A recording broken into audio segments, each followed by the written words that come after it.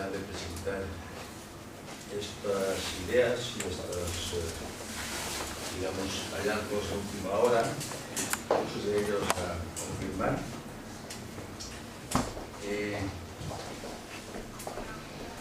Son dos temas fundamentales. El objetivo es el universo, desde luego, pero el tema es considerar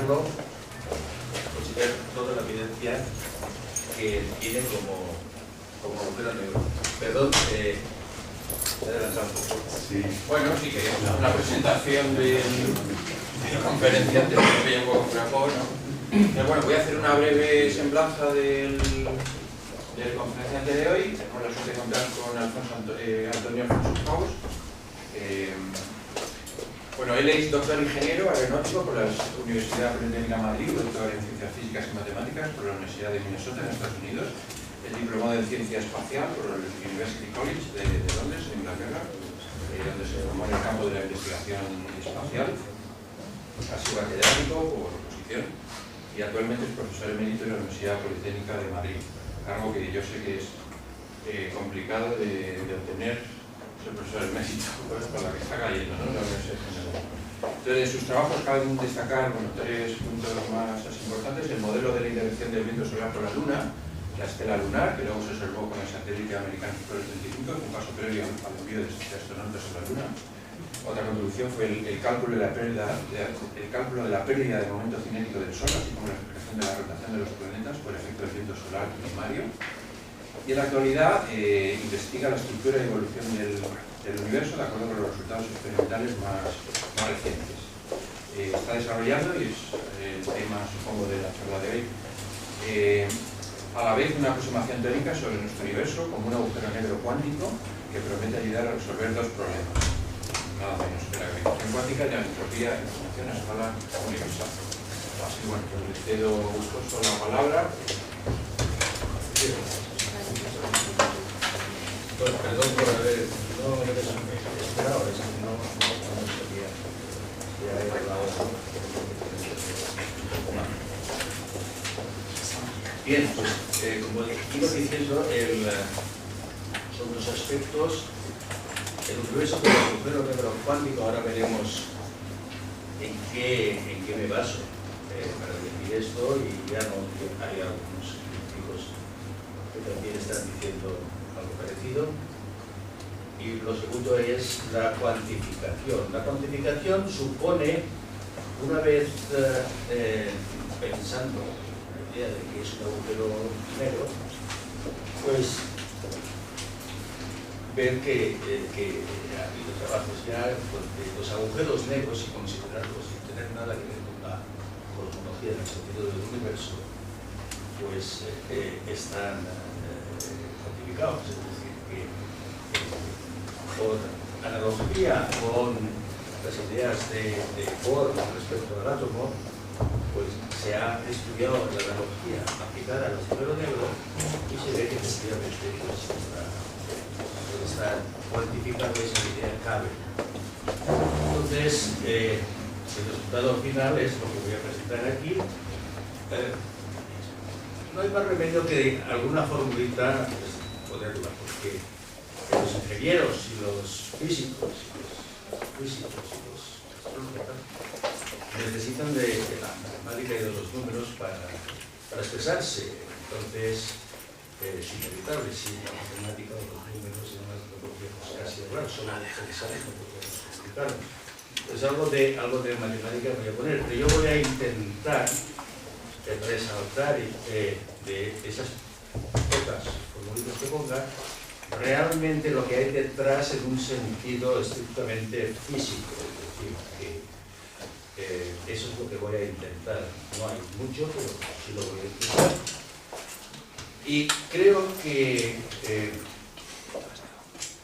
el impacto en astronomía pues es importante. Es importante una cita del futuro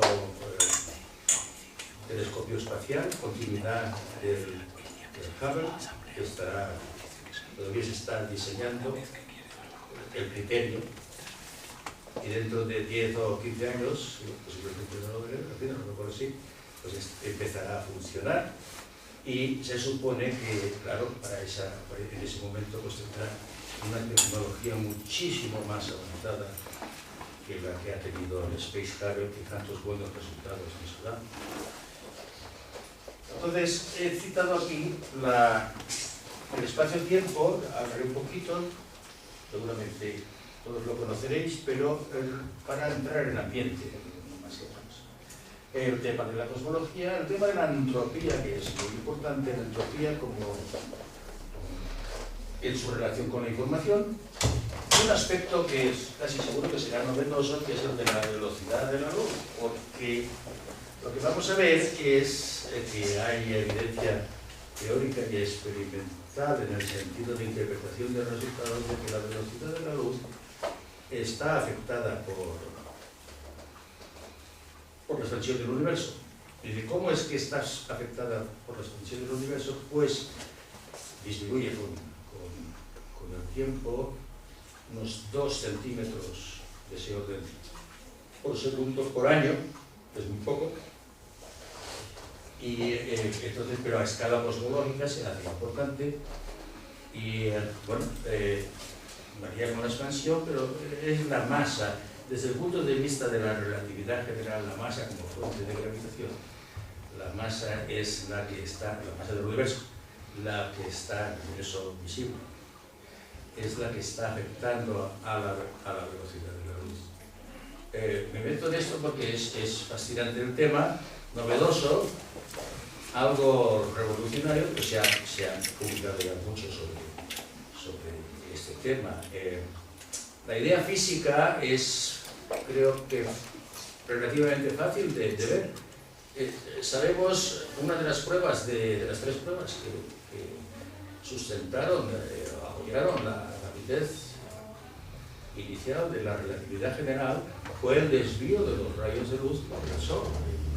Eso fue un hallazgo. Y claro, eso quiere decir que la luz, cada fotón, hablando en términos cuánticos, pues está afectada por la gravedad.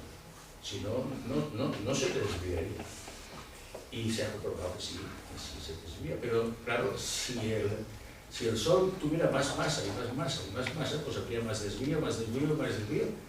Y entonces, ¿qué ocurriría? Que la luz cerraría el círculo y empezaría a girar alrededor del Sol, con lo cual tendríamos lo que conocemos ya popularmente como un agujero negro. Entonces, la relatividad general predice que efectivamente las masas afectan a la luz y en particular la masa del universo también la afecta. De hecho, por ejemplo, lo que está afectando la luz, un fotón que se acerque al Sol, pues lo circunvale o algo así, su velocidad radialmente y tangencialmente están afectadas no de la misma forma en cuanto a cantidad, pero están afectadas por la presencia del Sol, radial y tangencial. Entonces, si radial y tangencial, la velocidad de la luz varía y de forma distinta debido a la presencia del Sol, pues el paso es que las masas, como veremos ahora, señalaré la importancia que tiene la relación masa y área por el principio holográfico, que lo voy a citar y lo voy a presentar un poco. Pues, si varía con la expansión,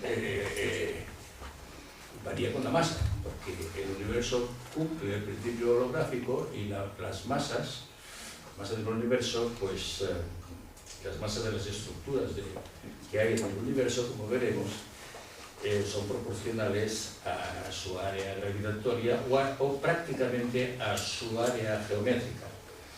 Entonces, la velocidad de la luz se afecta por las masas o, lo que es lo mismo, por la expansión del universo, porque el tamaño del universo aumenta.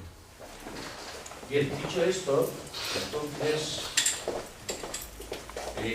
Primero, presentar las dos ideas fundamentales que nacieron con la primera, con Newton. La idea más conocida, el espacio es absoluto e infinito. Ahí está.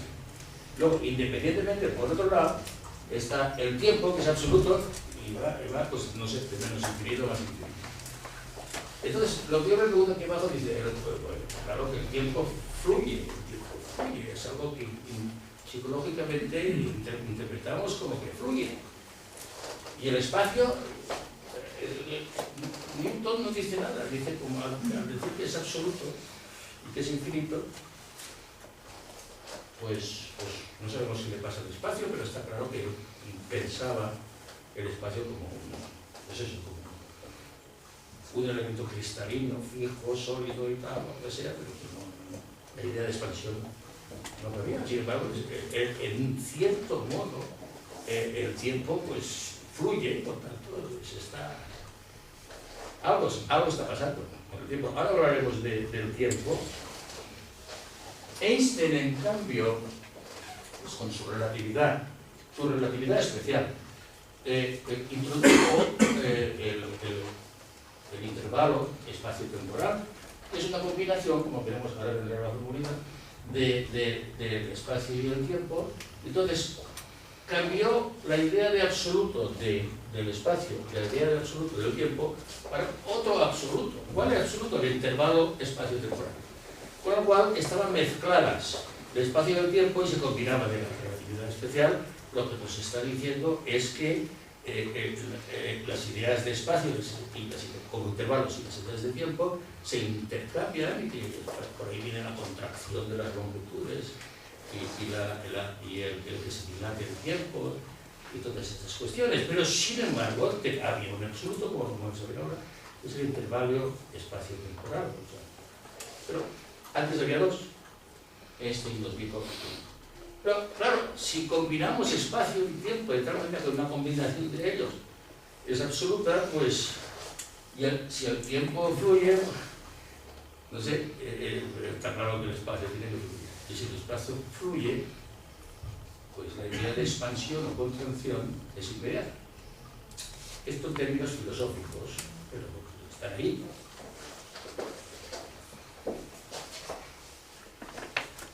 El intervalo espacio-temporal es esa formulita ahí arriba. Diferencial de eso al cuadrado, pues es el intervalo espacio-temporal. Y tiene un componente que es el tiempo y otro componente que es el espacio. Lo que ocurre es que yo he puesto aquí, esto significa, la expresión es mucho más complicada porque es en 3 dimensiones, etc., pero básicamente eso es lo que quiere decir. Y ADT es el factor de escala del universo. Aquí estoy introduciendo la métrica de Robertson-Walker, muy famosa y cerrada en cosmología. Y ADT, dimensionalmente hablando, esto es una longitud al cuadrado, eso también, y eso también, pero aquí, estas coordenadas de aquí que hay, estas diferenciales, son adimensionales, es decir, ya podemos imaginar el espacio de 3 dimensiones en 2 como una esfera, y entonces lo que ocurre es que de un punto a otro pues podemos imaginarnos una forma de medir, una escala, y si se expande, pues 2 puntos que hayamos trazado ahí pues se alejarán uno del otro, pero las coordenadas también se expanden y por tanto el número que marca la coordenada de un punto a otro, el número es el mismo. Esos son coordenadas adimensionales y que no cambian porque el espacio se esté expandiendo. Pero, ¿qué es lo que mide que el espacio se expanda? Lo que mide que el espacio se expanda es el factor de escala del universo. Es decir, que si ADT, en función del tiempo, ADT crece, el espacio pues está creciendo y el universo se expande. Y si decrece, el universo se contrae. Y si ADT es una constante, pues el universo está estático, como consideró inicialmente Einstein. Las ecuaciones cosmológicas de Einstein son 2 ecuaciones, que contienen la definición en matemática de cómo varía y cómo está influyendo y qué es lo que influye en el factor de escala del universo, que es el que nos dice si se expande, si se contrae o si es constante.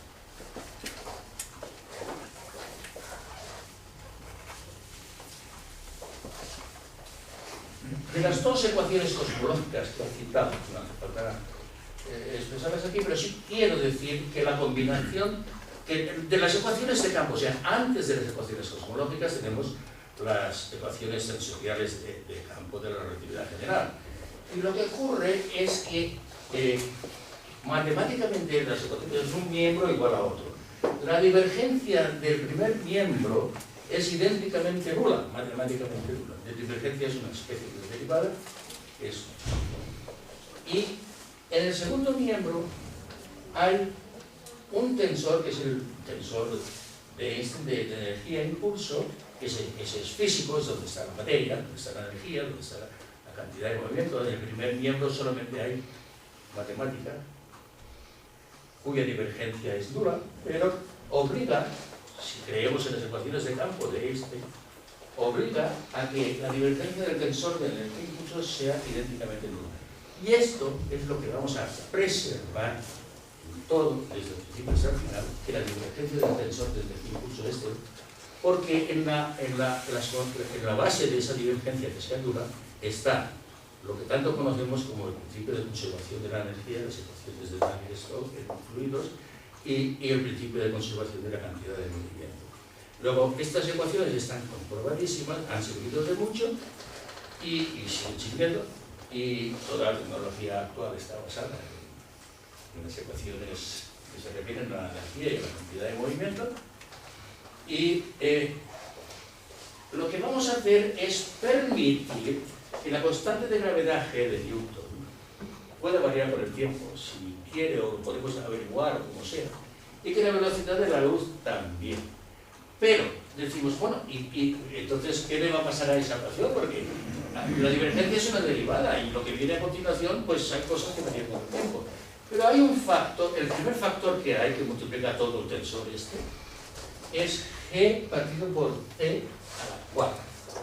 Entonces, si permitimos que la constante gravitatoria varíe con el tiempo, y la velocidad de la luz varíe con el tiempo, como que estamos generalizando las ecuaciones de campo de Einstein. Pero para mantener la conservación de energía y cantidad de movimiento, que es que esta divergencia sea nula, lo que se tiene que tener en cuenta es que el factor que hay delante del tensor, que es G partido por C a la cuarta, sea constante.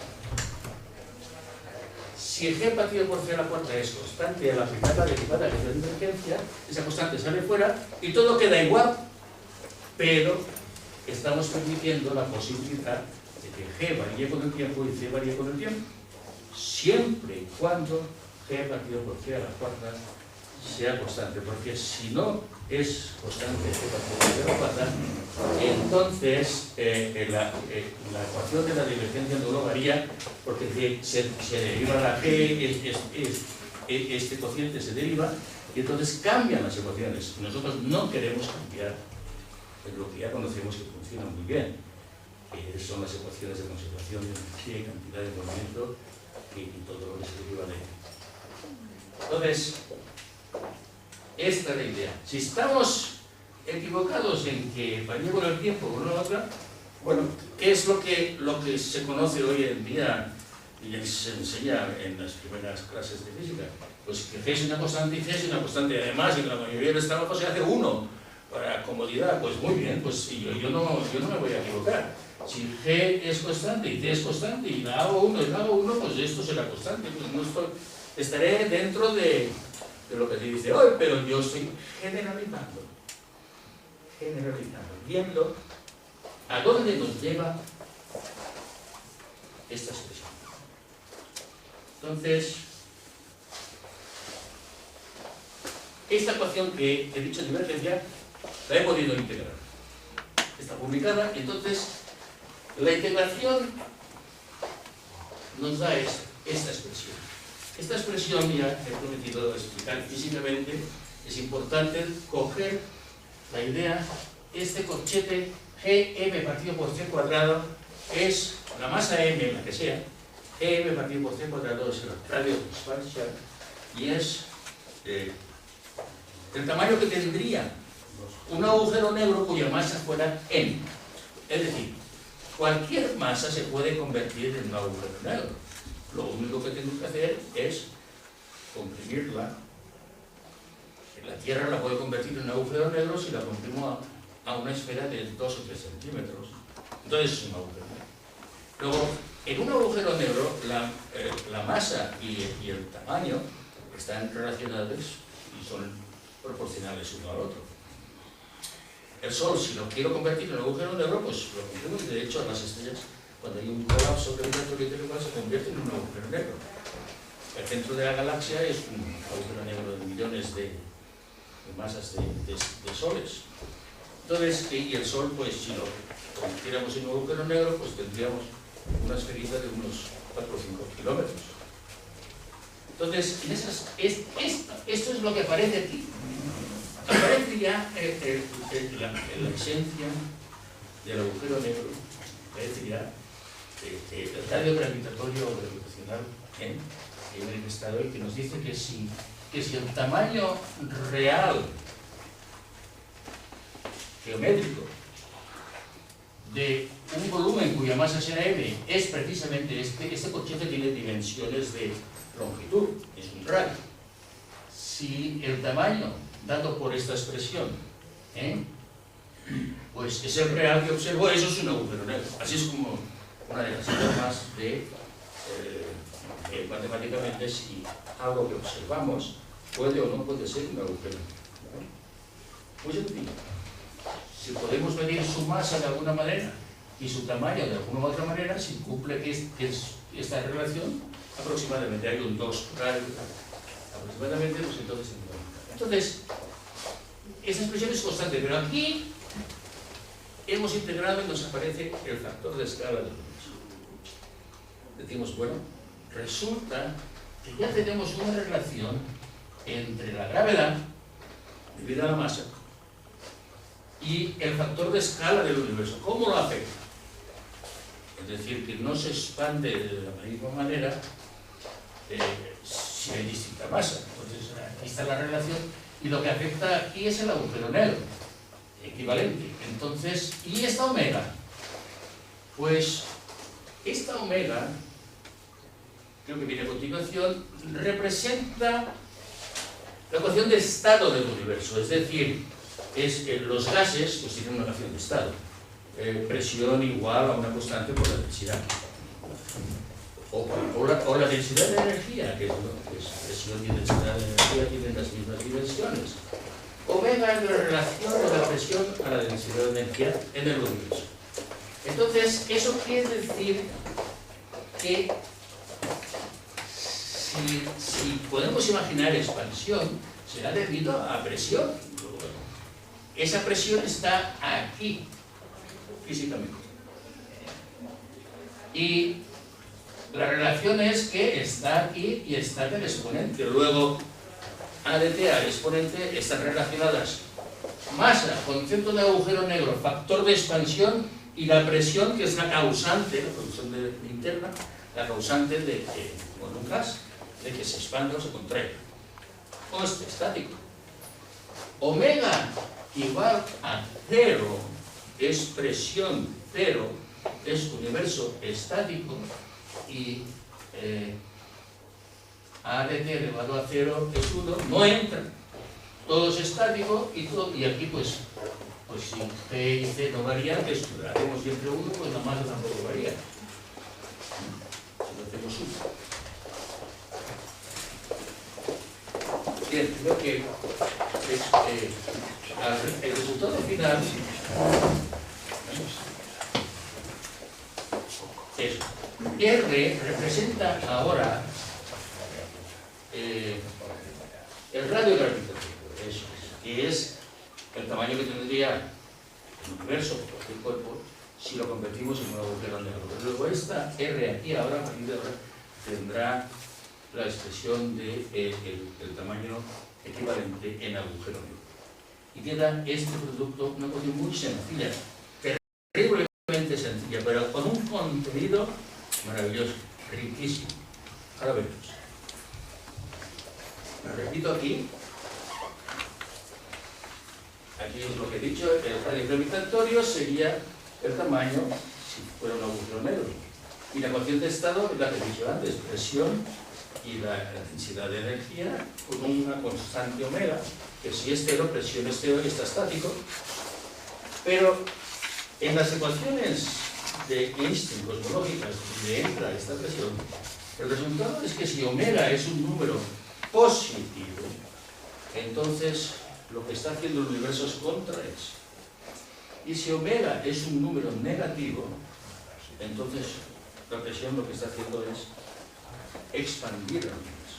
Luego tenemos aquí ahora la forma de combinar lo que es el efecto gravitatorio, el equivalente en agujero negro como tamaño, y la expansión.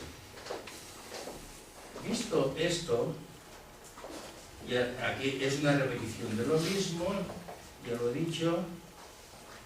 No puede ser cero omega, porque sabemos que el universo se expande, además últimamente desde hace 10 o 12 años que se está expandiendo de forma acelerada.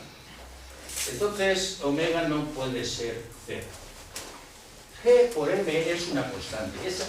La deducción de que el producto G por M es una constante proviene de un concepto de teoría y física que es que la entropía es una propiedad extensiva. Quiere decir que si hay una masa M, quiero la entropía, la mido, pero si tengo el doble de esa masa, la entropía es el doble, es lineal con M.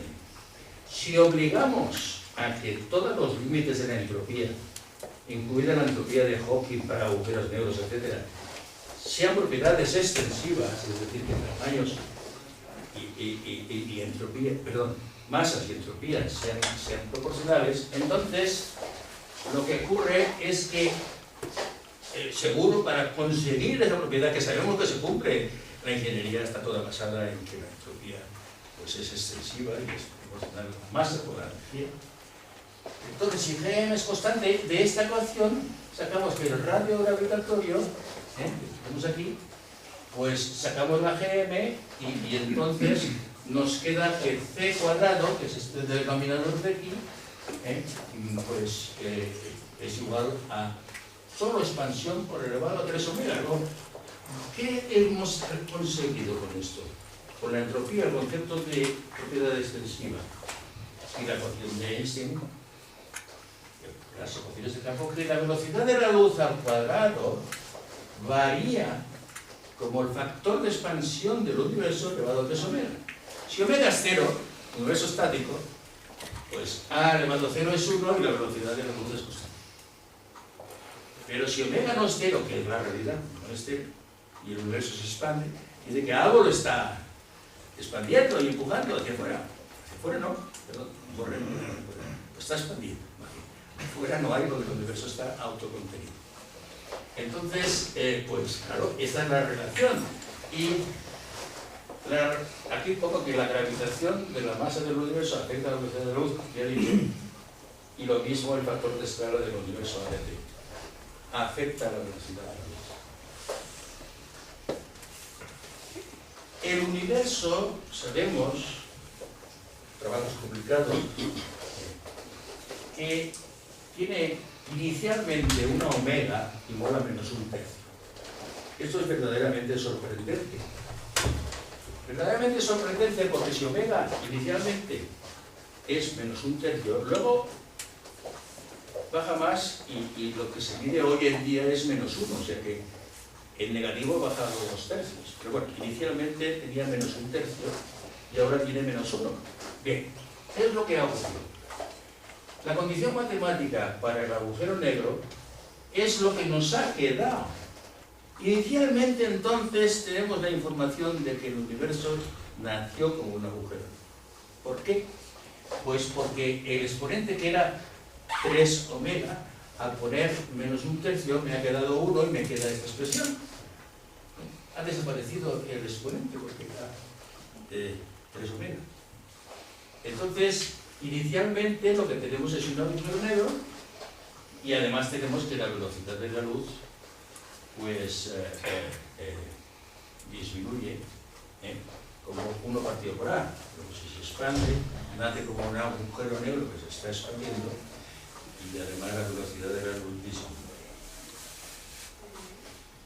La presión expansiva constante es constante la presión porque resulta que la densidad energética, la densidad de energía que es equivalente, o sea, una constante a la presión, es constante. Entonces, la fuerza expansiva es creciente. ¿Por qué? Porque para tener fuerza tengo que multiplicar presión por área, y área es pues, la superficie del volumen. Luego tengo una fuerza expansiva creciente, además con el cuadrado del radio. Sin embargo, la atracción de la gravedad es constante. Resulta constante. El resultado es una expansión acelerada que domina la gravedad. Luego el universo se está expandiendo, posiblemente ya, por lo menos han dado 3 premios Nobel a esto, se está expandiendo de forma acelerada y el efecto gravedad, que es contracción, es al revés, pues está suprimido en el sentido de que puede más la expansión que la presión. Bueno, antes de llegar ahí, voy a introducir lo que se llama y se conoce como el principio holográfico. El principio holográfico dice lo siguiente: el premio Nobel y Susskind lo introdujeron. Si yo tengo un volumen y dentro hay algo, pero el volumen es una esfera, y cuento yo, de alguna manera, la información que hay, número de bits, que hay dentro de ese volumen, esa información, esa cantidad de bits es idéntica y la misma a la que tengo en la superficie. ¿Cómo es eso? ¿No? Hay teoremas ahí que lo demuestran, igual. Entonces, esto lleva a lo siguiente. Matemáticamente, si trabajamos con eso es lo que se llama el principio holográfico. El universo es holográfico si la masa es proporcional al cuadrado de su tamaño. Entonces, yo digo que sí sale el holográfico y se observa como veremos. Pero es que es más, porque esta condición de que la masa sea proporcional al tamaño al cuadrado es equivalente a la condición de fractalidad en dimensión 2, que es el exponente este. Entonces, el universo, además de obedecer o seguir, cumplir con el principio holográfico, que es el equivalente físicamente, resulta que todas las estructuras que son significativas desde un punto de vista cosmológico, ¿verdad?, cumplen con esta condición que es la fractal y por tanto es un sistema de estructuras fractales. Claro, a aseverar esto, ¿verdad?, todavía no se lo cree todo el mundo, ni todo el mundo está de acuerdo. Que el universo es holográfico y que es un conjunto de sistemas que son fractales. Bueno, pruebas de fractalidad las tenemos, ahora matemáticamente eso es lo que sale. Y ahora voy a colocar aquí algo que publiqué hace 7 o 8 años, que está basado en lo siguiente. Entonces yo cuando publiqué esto, no me había dado cuenta de que se cumplía la propiedad holográfica y fractal, porque tampoco conocía muy bien el contenido de estas ideas, pero ahora al revisar lo que publiqué sí me di cuenta de lo siguiente. Yo hice lo siguiente. Elegí una serie de objetos desde el universo hasta el protón, que son constituyentes, que son el universo, un cúmulo de galaxias, la galaxia de arriba abajo, la galaxia, cúmulos de estrellas, nébula, una protoestrella y el protón. Hay más, pero bueno, ya me parece que con 7 que hay ahí, pues ya son muchas. Entonces, aquí coloqué la masa y dije, ¿cuál es su radio gravitacional? El radio gravitacional es Gm vacío por c cuadrado, como hemos visto. Simplemente es multiplicar por una constante y tengo el radio gravitacional. Y aquí tengo el producto del radio gravitacional por el radio del universo. ¿Por qué este producto? Porque resulta, esto fue la base de la publicación, que el producto del radio gravitatorio de una masa por el radio gravitatorio del universo es precisamente el área, aspecto que tiene gravitacionalmente, que es muy parecido y próximo al geométrico. Luego, como yo iba detrás de eso, digo, muy bien, pues voy a sacar la raíz cuadrada de este producto y ver qué me sale, y me sale precisamente, si observan, me salen los tamaños que se miden en estas estructuras, en otras palabras. Me sale que el tamaño del universo es 10 a la 28, que es lo que resulta de multiplicar la velocidad de la luz por la edad del universo, etc. Y aquí llegamos hasta el tamaño del protón, que es 10 a la menos 12. Es decir, que si salen estos tamaños, que son las áreas geométricas y que son las significativas gravitacionalmente, lo que está ocurriendo es que si este es el tamaño y este es el área, porque es el cuadrado de este, pues el área, que es R cuadrado, pues resulta que es igual a la masa, como vemos aquí, y ese es el principio holográfico. Luego el universo y todas sus estructuras cumplen con el principio holográfico, y los sistemas que contemplamos pues son sistemas fractales que cumplen desde ese punto de vista. Bueno, aquí simplemente explico un poco lo que es, ya lo he contenido, lo que es un agujero negro, masa M y tamaño L, etcétera, la condición para que algo pueda salir, o estar fuera o dentro, depende de la relación de energías, energía relativista, que es esta mc cuadrado, con la energía gravitatoria del agujero negro propio. Entonces, con estas condiciones, pues la masa tiene que estar fuera para existir, porque si estuviera dentro no tendría suficiente energía para existir, etc. Esta idea del agujero negro cuántico es una idea que cumple las unidades de Planck. Las unidades de Planck son una combinación de la constante G, de la constante H y la constante C. Estas unidades, el tamaño es 10 elevado a menos 33. Aquí además es bastante mayor que la del protón, 10 elevado a menos 5. Y el TIC, es decir, el tiempo que tarda la luz a su velocidad en recorrer este tamaño, es de 10 elevado a menos 44 segundos. Un tiempo muy pequeño. Pues bien, si el radio gravitatorio, cuyo concepto ya hemos hablado, es el tamaño, tenemos un agujero negro. Pero si además, esto es un concepto físico, es igual a lo que se llama la longitud de onda de Compton, que es la constante gravitatoria partida por la cantidad de movimiento, suponiendo c, la velocidad de la luz. Entonces tenemos que la mecánica cuántica, el cuánto de la onda, su tamaño y el radio gravitatorio son lo mismo. Entonces esto es un agujero negro cuántico. Entonces, las unidades de Planck representan un agujero negro cuántico que cumple con la relatividad general, porque es un agujero negro, y cumple con la mecánica cuántica porque su tamaño es la longitud de onda de dentro. Esta es la de Compton. Aquí es lo que pongo, y resulta lo siguiente.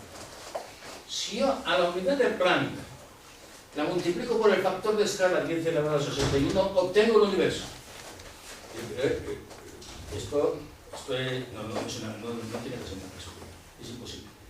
Es decir, que si yo multiplico lo que hemos visto antes por 10 elevado a 61, que es el factor de escala, resulta que tengo el tamaño del universo, la masa aproximada del universo y la edad aproximada del universo. No me queda más remedio que decir que si nació como agujero negro y está escalado del agujero negro cuántico de Planck por 10 elevado a 61, que es la escala, pues el universo es un agujero negro. Y es cuántico con su constante de Planck equivalente, que no puede ser la misma, en un factor de 10 elevado a 122. Este factor de 10 elevado a 122 es importantísimo. Supone que si yo considero el universo como un átomo y que es un agujero negro y tiene propiedades cuánticas, es una unidad, para que todo salga bien en esto que estoy diciendo, con este factor de escala, su constante de Planck tiene que ser la constante de Planck normal que tenemos para Planck, por ejemplo, para la unidad de Planck, por el número 10 elevado a 122. Ahora veremos este numerito de aquí, lo que nos dice y lo que representa. Bueno, esto es las referencias, está publicado en una revista y tratar el universo como un agujero negro cuántico, que es lo que acabo de decir. Esta es la idea que inicié, que los agujeros negros se pueden cuantificar por analogía con los átomos, según las expresiones de Bohr. Y entonces yo lo que hice en colaboración con el catedrático de la Universidad de Valencia fue pues aplicar estas ideas al universo.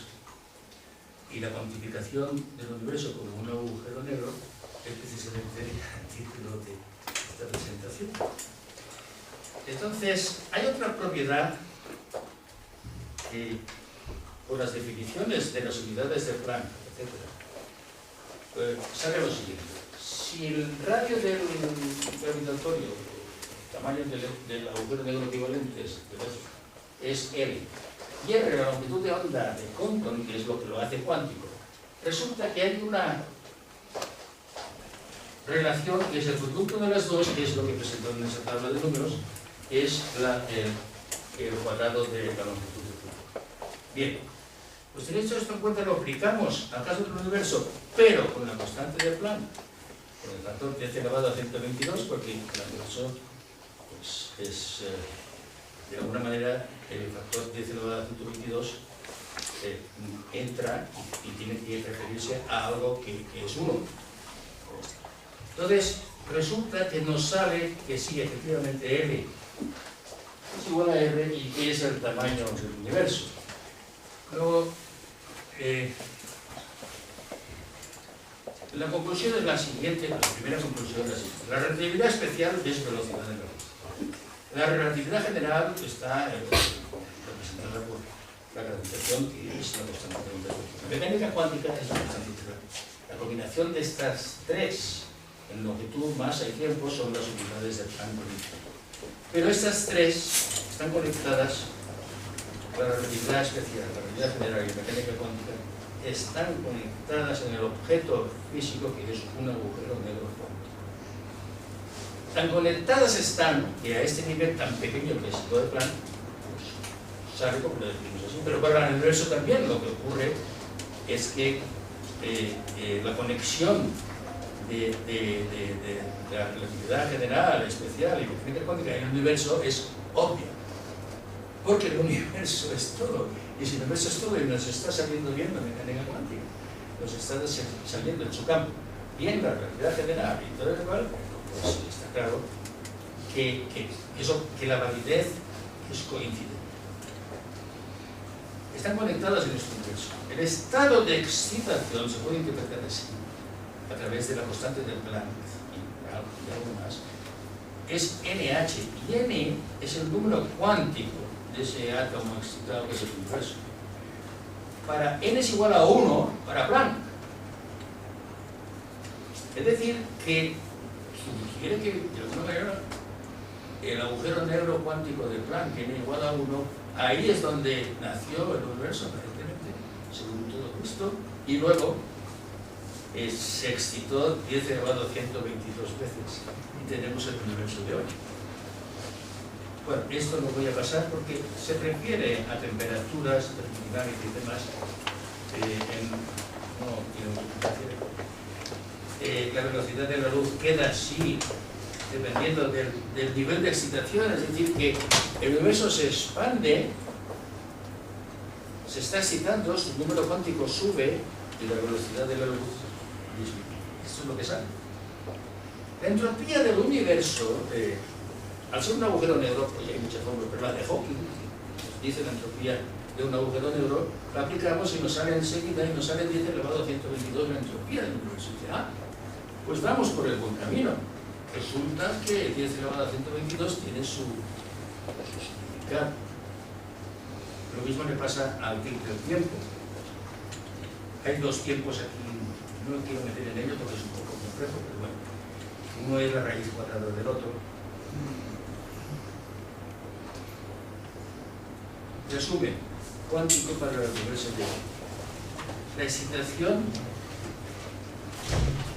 es el número cuántico n 10 elevado a 122 veces, y por la entropía, que es igual a esto, si el constante de Boltzmann, que es acá, es 1, pues resulta que es 10 elevado a 122. Entonces, si lo tratamos como bits, 10 elevado a 122 es el número de bits que hoy tiene como información el universo. Y para terminar, citaré dos cosas. Primero, antes que se me olvide, esa presión que he hablado que expande el universo, lo expande más a prisa de lo que alcanza la velocidad de la luz. Es decir, que esa expansión arrastra lo que observamos. Y si arrastra lo que observamos, y lo que observamos tiene un límite, porque es t por t, que es el tiempo del universo, entonces como el arrastre de la energía oscura, que se llama así, que es mayor, en el límite saca a las galaxias de la visibilidad y desaparecerán. Entonces, la NASA, pues a través de un compañero que tengo aquí, me pidió que diera algunos criterios, algún criterio para el futuro telescopio, continuación del telescopio espacial Hubble, para tener ideas de qué doctrinar, qué buscar. Son los criterios científicos para definir técnicamente el segmento adecuado que tenga un contenido científico medible. Entonces, yo les propuso, y esto ya está registrado, está publicado en la librería de la Universidad de Cornwall, y expuse lo siguiente: calculé todo lo que había hasta hoy en cuanto al tema de que una galaxia que la vemos, si nos vamos suficientemente lejos y está arrastrada por la energía oscura que va más a prisa, pues desaparece y es que no deja rastro, sale de la vista. Entonces, los cálculos que habían hecho pues eran bastante menores de lo que me salía a mí. Entonces, al salirme a mí más del doble el efecto, quiere decir que en la mitad del tiempo teóricamente podemos observar eso. Entonces, esa es la idea. Y la otra idea que quería decir, esta es de los japoneses, que han hecho un experimento donde la conclusión es que la información tiene energía. Entonces, el bit es un cuanto de energía. Y el universo tiene 10 elevado a 122 cuantos de energía. Son 10 elevado a 122 bits.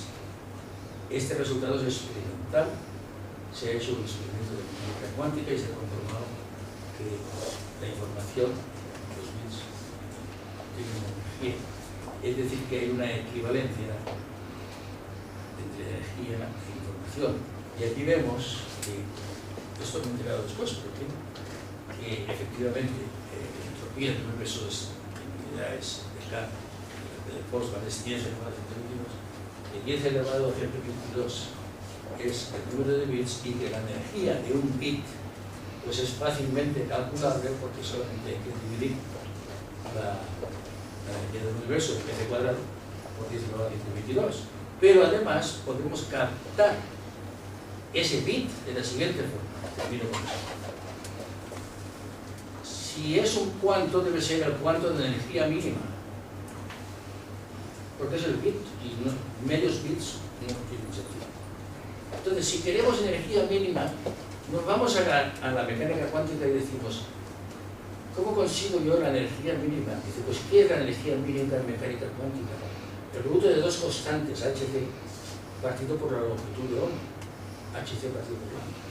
HC es constante. Entonces, ¿cómo consigo yo la energía mínima? Pues haciendo lambda, una longitud de onda tan grande como el tamaño del universo. Entonces, si yo hago, dice, bueno, sí, bueno, es un experimento de pensamiento, pero tiene realidad física en números. Es decir, si yo cojo un cuanto de energía que tenga una longitud de onda del tamaño del universo, obtengo un cuanto de energía que es el bit. Y hay 10 elevado a 122 cuantos de energía bits en el universo O. Y nada más, hablemos para el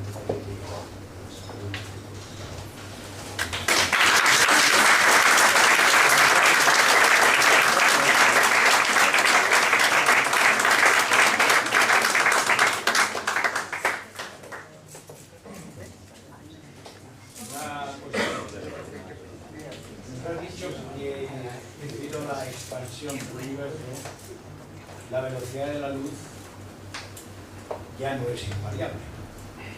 y ha dicho que soy inferior. Todo el mundo hasta ahora. No, todo el mundo define la velocidad. ¿Cómo me dice? Deja que termine la Perfecto, perdón. Es decir, la velocidad de la luz, en ese caso, se reduce. ¿Qué ocurriría si fuera al revés? Es decir, si el universo se contra, subiría, aumentaría la velocidad de la luz con respecto al valor establecido como constante. Pues, un momento. Vamos a ver. La constante de la velocidad de la luz no está establecida. Segundo, la constante de la velocidad de la luz es constante por definición y se toma como unidad referida por definición.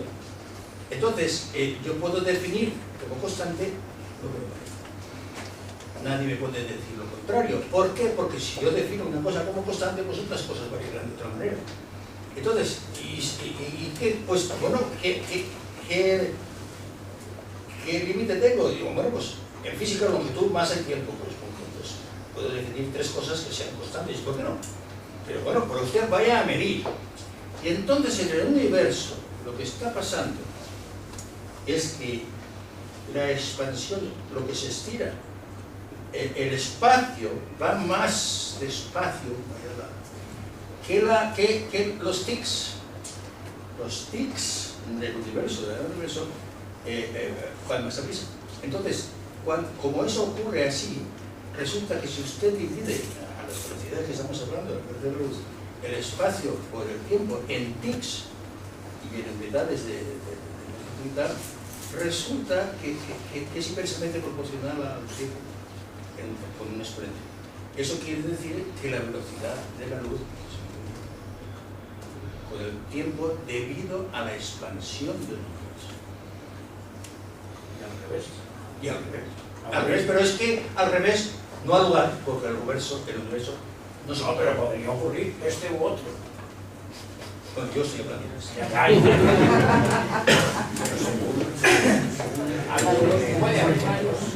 Bueno, yo no conozco ninguno tratado científicamente. No he tenido tiempo de ir. No. Quiero decir que yo no conozco ningún universo en contracción tratado, Claro, ya lo sé. ni observacionalmente ni teórico. Por tanto, tengo que ceñirme a lo que se observa. Lo que se observa es que el universo se expande, y además se expande aceleradamente. Luego la velocidad de la luz está disminuyendo y además está disminuyendo, no deprisa porque son 2 centímetros por segundo por año. Pero hay evidencia de que eso es así.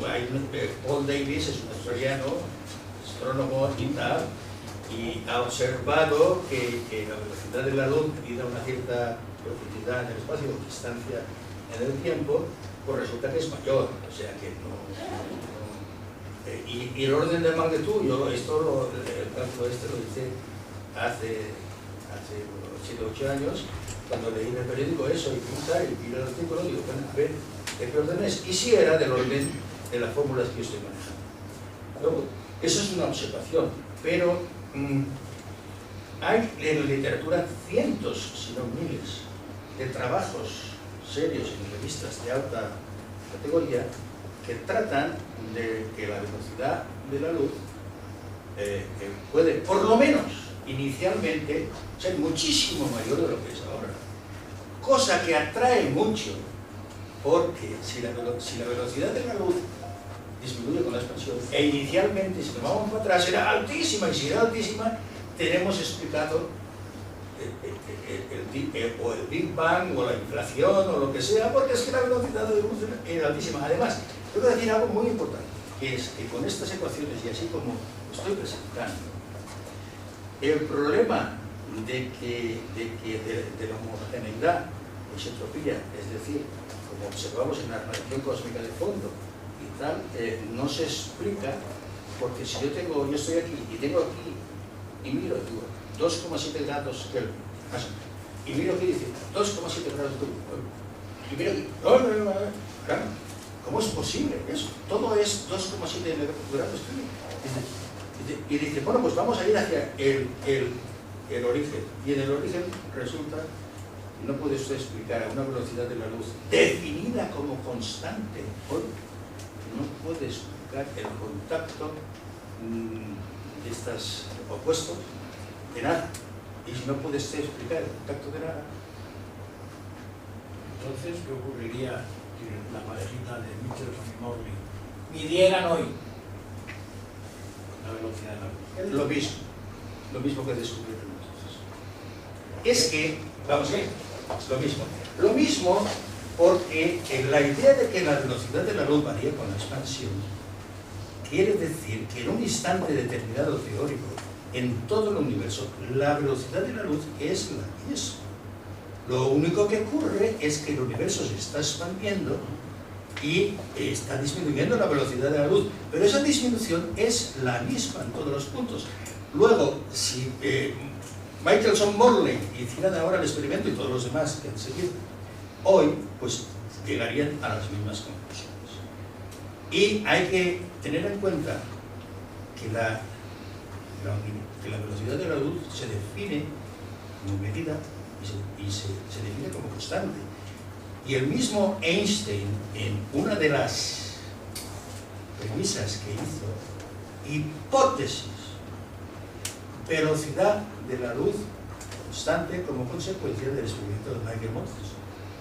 Y eso es una hipótesis que en lo que estoy diciendo, lo que realmente significa y es válido, es que en un instante determinado la velocidad de la luz es la misma en todos los puntos. Esto es el principio cosmológico, es más democrático casi que nada. Todos los puntos son equivalentes, no hay centro del universo. Eso ya lo sabemos. Pues si lo saben, pues entonces lo que trato de decir es que la velocidad, usted no puede comparar la velocidad de la luz aquí y verla variar cuando le está variando todo. Pues por lo que usted ha dicho no puedo evitarlo. No puedo evitar considerar diferencias. Si hay expansión, resulta que ese fotón dice, coño, tengo que recorrer más distancia, la que pensaba que tenía que recorrer hace 15 minutos. Eso es lo que pasa. Y el australiano Paul Davies lo que hizo es profundizar en el espacio y por tanto profundizó en el tiempo y por tanto midió la velocidad de la luz en dos instantes distintos del universo con expansiones del universo de valor distinto y por tanto por eso encontró que la velocidad de la luz era distinta. Eso le preguntaba bien si hay contracción pasaría. Pero bueno, esto está sin aclarar. Está aclarado y sin aclarar. Pero ahora otra cosa que ha dicho con respecto a los puntos del universo, que debido a la expansión, su separación, su distancia entre ellos se modifica, Aumenta. pero sus coordenadas no. Las coordenadas, hay que definir la coordenada. Las coordenadas de ese punto, o ese elemento, o esa masa. Las coordenadas adimensionales, porque es que las coordenadas adimensionales se expanden a la vez que se expande el universo. Y por tanto, si yo de aquí a allí tengo tres de coordenadas y todo se expande igual, sigo teniendo siempre tres. La idea es la esfera, en dos dimensiones. Reduzcamos, conectamos el universo a dos dimensiones. Ahora No puedo, lo siento. A 2 dimensiones no puedo. Tiene 3, o una docena, vaya. Tiene 4. Tiene 4. Por ahora tenía 4. La cuarta no vale para nada. La Tiene cuarta 5. En la teoría de cuerdas, son 5 dimensiones las que están explicando, no todo, pero muchas cosas. 5 dimensiones. Una que se ha reducido rápidamente, pero estaba en el principio. Pero bueno, eso es teoría de cuerdas. Bueno, pues si no me deja hacer eso. Venga, vamos. Otra pregunta. Vamos a ver, yo entiendo de esto no mucho, pero a mí me contaron que los agujeros negros son autocontenidos, todo lo que entra no sale, lo cual podría ser coherente con el universo, que sería todo lo que hay. Y también me cuentan que en función de la gravedad todo lo que entra cae hacia una especie de pozo sin fondo infinitesimal, que yo personalmente los infinitos no le gusta. Resultan muy poco. Pero si A mí todo tampoco, cae en y los función de ceros la tampoco. gravedad, ¿cómo es posible que el universo se expanda si en teoría tendría que contraer? No, ya.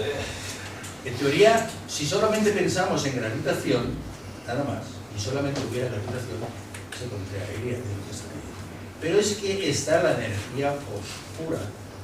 La energía, al fin y al cabo, es gravedad o masa. Si creemos a No, Einstein en es MC2. presión, un momentito, es presión. Presión. Vamos a ver. Presión que expande, presión. Y esa presión, como he dicho, puede más que la gravitación fundamental. Y hay una cuestión que quería decir, en una anécdota. Los agujeros negros, como son el centro de la galaxia, que es un agujero negro, dejan salir algo. ¿Sabe qué es? Sí, la radiación de Hawking, en teoría. No, sí, eso es el... No me refiero a eso. No la sacan de dentro, la sacan de fuera. La de Hawking es la polarización del vacío que se traga lo negativo y sale lo positivo. Pero no inventa nada ni saca nada de dentro, la de Hawking. Pero hay algo que sí sabe. Sí, según dice la información. Sí, ¿y qué más? Pero ¿qué otro nombre para eso? La gravedad. Si el centro de la galaxia es un agujero negro y está trayendo todo y todo gira, no me digan ustedes que la gravedad se está escapando del agujero negro. Si la gravedad no se escapara del agujero negro, pues no atraería nada. En otras palabras, lo que estoy diciendo es lo siguiente. El universo es un agujero negro muy especial. ¿Qué de especial tiene? Que no se escapa ni la gravedad. Es decir, que si tratamos la gravedad como un campo gravitatorio, resulta que lo que ocurre es lo siguiente, que los cuantos de gravedad se van desgastando por el camino, si se va, pero cuando llegan a una cierta distancia ya no tienen energía, con lo cual no pueden correr. Se diluyen. Sí, porque están atravesando materia. Quiero decir que pierden energía. Están atravesando materia. Los cuantos de gravedad están interaccionando con todo lo que encuentran en su camino y por tanto esa interacción les está alterando. Y si hablamos en términos energéticos, los cuantos de gravedad, por ejemplo, pues a medida que va encontrando masa, pues va perdiendo energía y al final se queda que ya no hay nada. Entonces, ¿por qué? Pues porque es que no puede salir del agujero negro que es el universo. En cambio, sí puede salir. Estamos dentro de un agujero negro. Eso es. Y si nos metiéramos en otro más pequeñito, como ese que hay en el centro de la clase, también podríamos Eso no es pequeñito, sobrevivir, ¿no? Como aquí. Pues no, porque antes se le convertiría la atracción gravitatoria en un espagueti. Porque aquí no es tan grande. Porque aquí no hay fuerza gravitatoria tan fuerte como para hacer lo que le he dicho. Si se acerca a un agujero negro, la diferencia de la atracción gravitatoria entre el pie y tal le convierte en un espagueti. Aquí no hay tanta gravedad. Pero sí hay diferencia. ¿Por qué se cree que vamos aquí? Algunos, otros van de cabeza. Oye, Perdón, hay más todo preguntas. esto, yo quería hacer una pregunta. Bueno, en primer lugar, le quiero felicitar por la excelente charla que hemos dado. Muchas gracias. Es para reflexionar un buen rato sobre ella, no para... bueno, al principio me pareció oír, al principio de la charla, se debe comportar, que la luz estaba afectada por la gravedad. Que la luz claro, yo no lo sé de tan claro. Tú lo tienes todo muy claro. Esto, sin embargo, nos dicen que bueno, la gravedad actúa sobre la masa. Fuerte igual a la masa por gravedad y tal. Y nos dicen que no, que el fotón no tiene masa, no le afecta la gravedad, pero la masa curva el espacio-tiempo. Sí, esa idea geométrica la conozco. Entonces me gustaría que hablara sobre eso. Sí, que hablara un poquito sobre lo que es la diferencia entre curvación del espacio-tiempo y la diferencia de desviación por la... La interpretación geométrica de la gravedad dada por Einstein y sus ecuaciones de campo son que una masa distorsiona el espacio-tiempo, vemos el espacio, de tal manera que las líneas rectas, pues, por ejemplo, son circunferencias que son las geodésicas. Esa es una interpretación que es válida, que es interpretativa. Pero, claro, lo que es el fotón, pues el fotón tiene masa cero en reposo. Y a lo mejor no es tan cero, porque no hemos llegado a medir. Cero. Bueno, eso es una aproximación teórica en el límite. A mí los ceros y los infinitos no lo entiendo. Sí, exacto, tiene una masa. Perdón, el fotón tiene una masa equivalente. Bueno, sí, la relación entre masa y energía. ¿Eso qué quiere decir? Pues quiere decir que actúa a efectos de concepto, una energía la dividido por c cuadrado tiene una masa. Entonces, lo que ocurre es que si eso lo hace para el desvío de la luz alrededor del Sol y aplica esto, le sale un poco de dos de diferencia. Pero si aplica la relatividad general de esto, le sale prácticamente.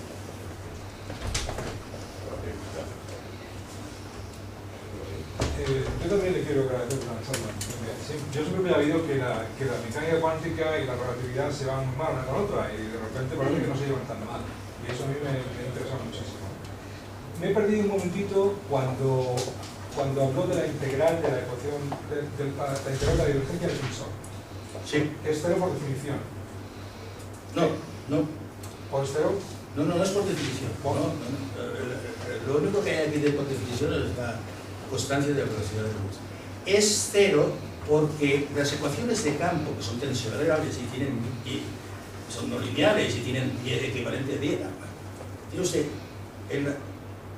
a la izquierda un tensor matemático que no tiene ni masa, ni energía, ni nada, en el sentido físico. Tiene usted matemática, geometría, y a la derecha tiene usted masa, energía. Entonces, la idea de Einstein era la masa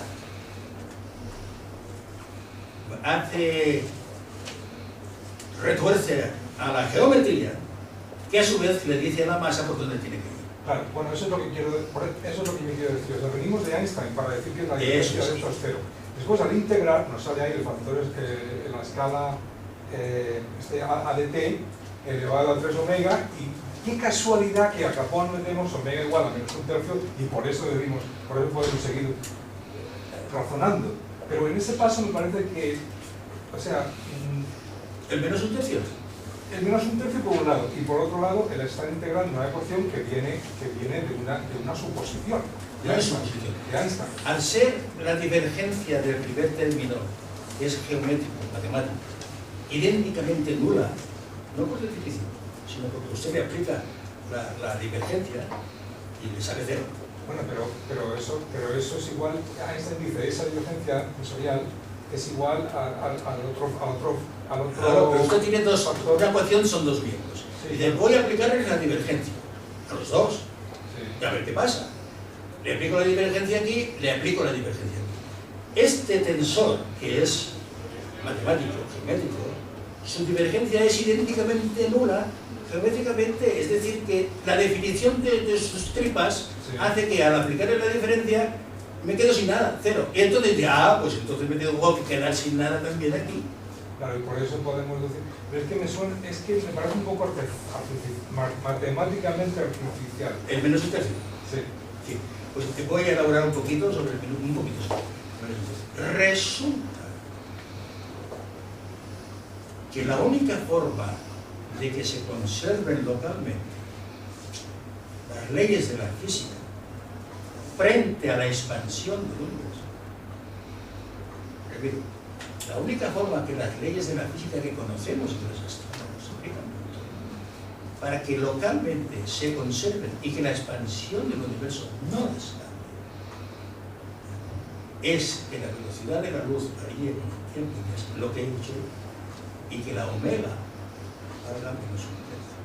Si no, no se consigue. Pero eso, digamos, es una conclusión matemática, ¿no? Claro, está pasando en las ecuaciones de Einstein. Claro, entonces estamos llegando a la conclusión...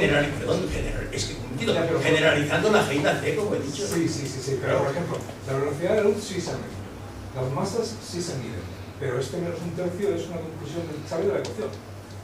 No se ha medido. Sí se ha medido, no el menos un tercio. Se ha medido hoy todos los resultados experimentales de todos los satélites, todos dan como omega el valor menos 1. Y se ha medido. De acuerdo con las hipótesis de que la velocidad de la luz es constante, como nos enseñan de pequeñito, y que la G es constante. Entonces, de acuerdo con todo eso, pues resulta que la omega le sale menos 1. Bien. Entonces, eso quiere decir, como es un término de presión, eso quiere decir que si nos creemos los otros trabajos que dicen, no, en un momentito, el universo entra y nace a menos un tercio. Eso es una cuestión matemática, alta matemática. Y ahora resulta que nos miden menos 1.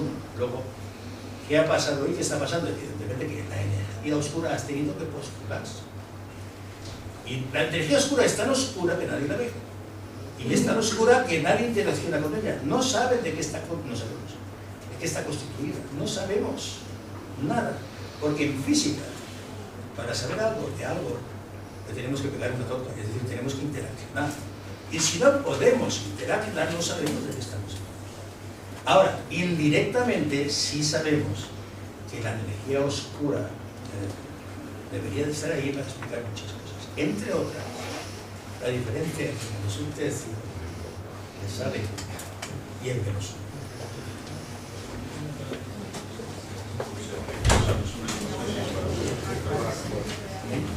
Usamos la hipótesis de la energía oscura para justificar el menos un tercio. Utilizamos la hipótesis de la energía oscura al medir la expansión del universo acelerado. Entonces, las mediciones que se hacen, se sabe que el universo es plano, observacionalmente hoy. Claro, ya es difícil imaginarse un universo plano, no digamos en una superficie esférica, pero plano, pero si es plano quiere decir que su radio de curvatura pues es muy grande, y la omega sub k, que es el parámetro que mide la curvatura del espacio, pues es prácticamente 10 elevado a menos 3, claro, es que si es plano, uno se ve empujado a creer que es infinito, y eso es muy intricado, me gusta. Pero bueno, lo que se mide es que es plano. Luego parece que es infinito, que tiene un tamaño grande, pero nada. No hay pruebas de que no sea infinito. No hay pruebas de que un tamaño. Lo único, para la cuestión, lo único que nos hace pensar es que el universo tiene radio de curvatura infinito prácticamente, o sea que es plano en el sentido de curvatura. Y eso hace pensar que, bueno, muchísimos cosmólogos, más del 50%, piensan que el Big Bang fue un suceso que ocurrió en un infinito en todos los puntos y a la vez, lo cual resulta difícil de tratar. Pero es que si el universo lo es todo, solo puede ocurrir lo que ocurra dentro de todo. Pero si el todo es infinito, si el todo es infinito, resulta que todos los puntos son iguales, principio cosmológico, no hay centro, etc. Entonces tiene usted que imaginarse un infinito como pueda. Lo que pasa es que nuestra mente no es infinita. Y entonces dice, ¿y ahora qué pasa? Dice, ahora resulta que se ponen todos los puntos de ese infinito universo de acuerdo para explotar y hacer el Big Bang, y a la vez, y tal. Y eso la mayoría, el 50% más. Los cosmólogos creen eso, pero eso es lo del Big Bang. Entonces, Claro, entonces si en vez de eso pensamos en el mass boom, que María Cecilia Estefan Arbeláez acuñó esa palabra cuando yo estaba trabajando hace 18 años en eso, el mass boom, resulta que no es una cuestión de que haya un Big Bang en todos los puntos, sino que de alguna manera un agujero negro, que es el Big Bang, pues se expande, pero es que como cumple el principio cosmológico, R cuadrado, que es R, se expande, y como es proporcional a la masa crece. Esa es la idea del mass boom. Luego, ¿Se crea masa? claro, si se está excitando, ¿qué? ¿Volvemos a Hoyle? ¿A Hoyle? No, Fred Hoyle tenía otra situación. Fred Hoyle yo lo conocí, pero sé perfectamente lo que decía. Fred Hoyle hablaba del universo estacionario y decía que se expande, pero ¿qué casualidad? Es otro caso.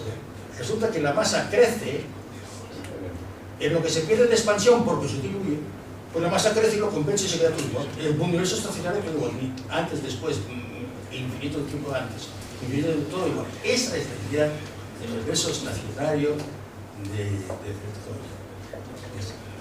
Tenemos que ir acabando porque a las 9 cerramos las sedes. Entonces quedan muy pocos minutos. Así que bueno, pues... de la sede. ¿Perdón? Cargar el horario de la sede. Sí, hay que agarrarlo, bueno, hay que tendré el contrato de...